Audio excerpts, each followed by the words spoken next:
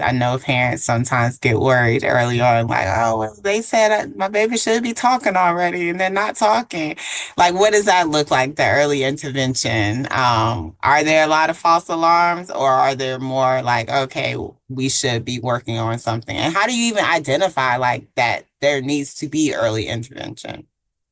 And that's really some really great questions. No, I just asked you Honestly, like three, four questions in no, no, one. no, it's good. They are related, right? So because it kind of one kind of leads into the other. And this is something that, especially within our community, I think is very big.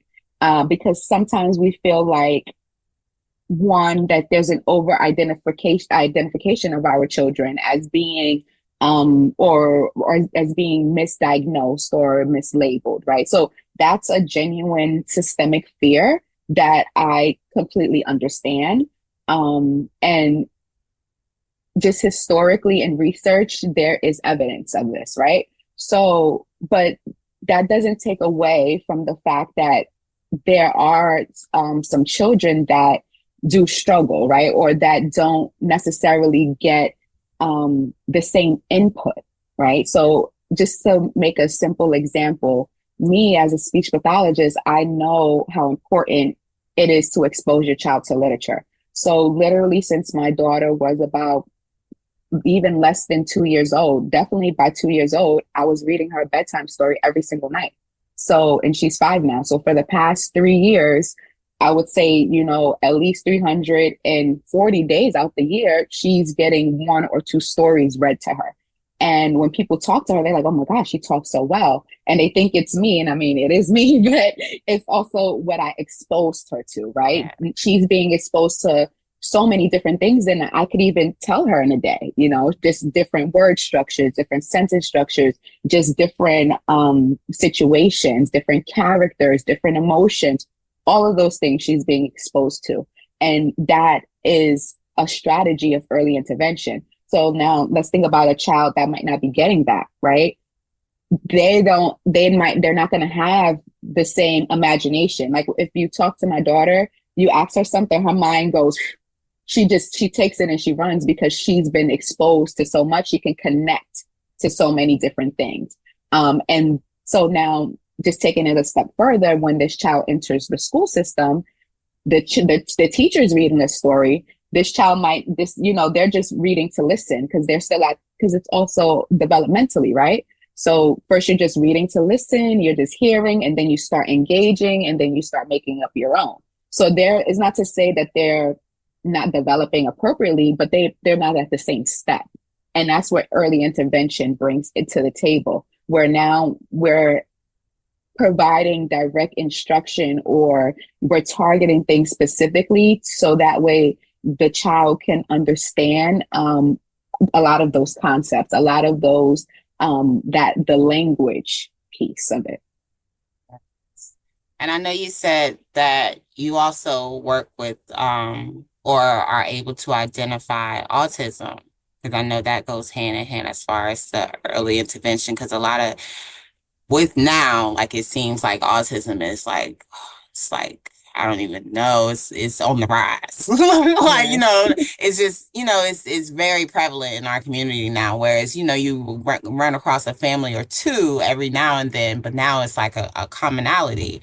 Like it's somebody's on some type of spectrum. And a lot of times it's nonverbal, or they can't do certain, or they do not do certain things. How do you identify that early on? Because when is a good time to intervene? I guess I'm asking, like, when should you have concern? So I want to say a few things. So first, I want to just make clear, like as a speech pathologist, I don't diagnose autism because I know like some people they're looking for a diagnosis, so that's a Mhm. completely different stage. I'm just a clinical specialist, so I'm specialized in treating and basically understanding a lot of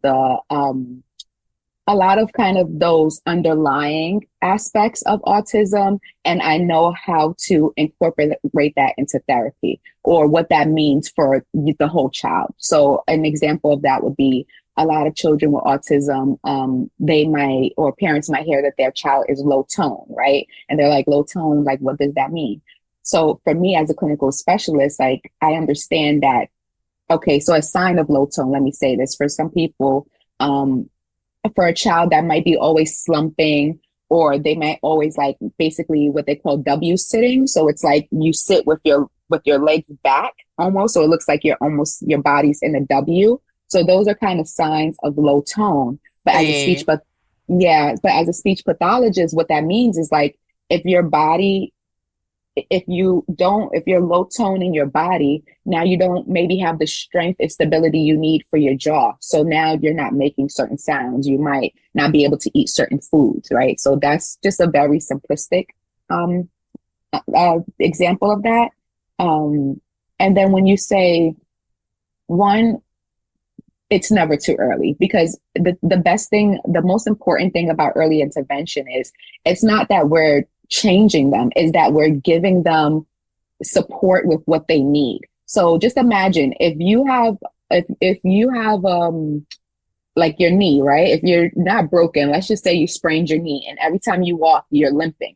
Would you want to limp for 3 years, or would you want someone to just give you a crutch so you can have that support and maybe your knee could heal up, or indeed. you can take that off. So that's for me how I think about early intervention. It's the longer you wait, they're just missing out on time with support. Maybe they could have basically gotten the support they needed to communicate. So, and I'm going to give this example because a lot of the times when it comes to children with autism, I feel like a lot of the times parents have concerns, right? It's not that some person is randomly coming to them and they're like, oh, your child has autism. They're just like, wait, what? What are you talking about? A lot of times they're like, well, my other child did this, but this one isn't really doing this one, or this one is a late talker, or he just always in his own world. He just doesn't want to listen to me. That's what I hear a lot of. Like a lot of the times the behaviors are attributed to more of like the child just choosing to not interact, or the Like they're being child, defiant. yes, or the child being defiant, right? Like, oh, I'm calling him all the time. He don't never want to listen to me. He just want to do what he want to do. I tell him to do this. He just want to do what he want to do. He want to sit down. He don't want to eat what I give him. And that's a lot of what you hear, right? And then I have to have the parents take a step back. Like, okay, that you're already basically assigning fault to a behavior. Like you have to take a step back and think about what might this be telling me. So a lot of times they see those things, and then when we're able to show them what that means or put some research behind it, then they're like, oh wow, he actually been doing this for a long time, or I've been noticed this. I just didn't know that that was related to this, or this could be a sign of autism. So I don't necessarily think that autism I mean, I can't say, you know, the research is still out on that one. But what Yes. I will say is that I just think that now, and I know that now with research, there are a lot more, they're focusing on early detection. So now Mhm. it's not necessarily that there's an over identification, it's just that now we're getting better at knowing and seeing, Being able to, okay, I gotcha. Yes. yes. So to answer your question, I would say it's never too early, you Yeah. know. Secondly, if you feel that no matter what it is, because it might not be autism, it might just be that they need exposure, maybe because some parents, we're adults. We don't know. We're not thinking about that unless you're in that field where you're all about kids. So sometimes you're like, oh wow, I could easily read them a book every day. I didn't even think about that. You should have been told me. So now I'm telling you guys, do that. Right. So sometimes I just think it's that. So it's the exposure piece, the just knowing. And a lot of times that's what I get from families, like, oh, I could have just said it like that. Well, that's so easy. Like I'm thinking it's so hard. It's like, no, it's not so hard. Or even just to speaking to their kids in general. Like I know, because people always like, because my oldest, she was definitely talking by two, and she was talking a Mhm. whole lot. But I tell people like from 6 months on up, I used to be telling her, use your words. Like you talking to me, Yes. use your words. You want to know Yes. something? Like you want something? Tell me. Tell me what Yes. and I've never baby talked to her. I've always talked to her as, a little person. Yes. And so I've always encouraged her to use words with me.